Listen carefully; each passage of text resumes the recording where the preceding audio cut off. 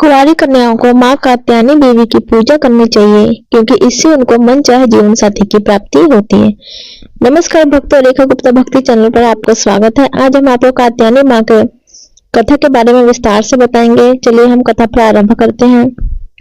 प्राचीन समय में एक महान ऋषि थे, ऋषि कात्यायन।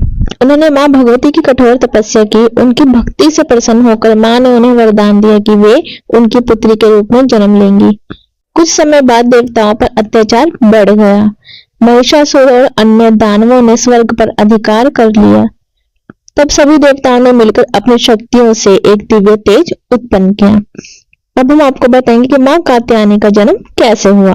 देवताओं के तेज से एक अद्भुत देवी प्रकट हुई, वही थी मां कात्यायनी। ऋषि कात्यायन के आश्रम में उनका जन्म हुआ, इसलिए उनका नाम पड़ा कात्यायनी। मां का स्वरूप अत्यंत तेजस्वी था।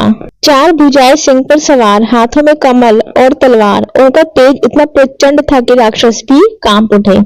महिषासुर का वध कैसे किया? महिषासुर नामक राक्षस अत्यंत शक्तिशाली था।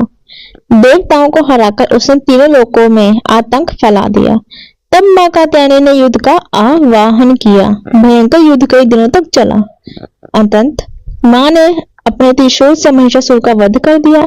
इस प्रकार मां ने धर्म की रक्षा और संसार को भय से मुक्त किया। इस कहानी का महत्व और पूजा विधि क्या है? नवरात्रि के छठे दिन मां कात्यायनी की पूजा की जाती है। जो भी भक्त सच्चे मन से उनकी आराधना करते हैं, उनकी सभी मनोकामनाएं पूर्ण होती हैं। विशेष रूप से विवाह में आ रही बाधाओं को दूर करने के लिए, जीवन में शक्ति और साहस पाने के लिए, शत्रुओं से रक्षा करने के लिए मां कात्यायनी की पूजा अत्यंत फलदायी मानी जाती है। इस कथा से हमें क्या सीख मिलती है? कि मां कात्यायनी हमें सिखाती है कि सत्य और धर्म की हमेशा विजय होती है।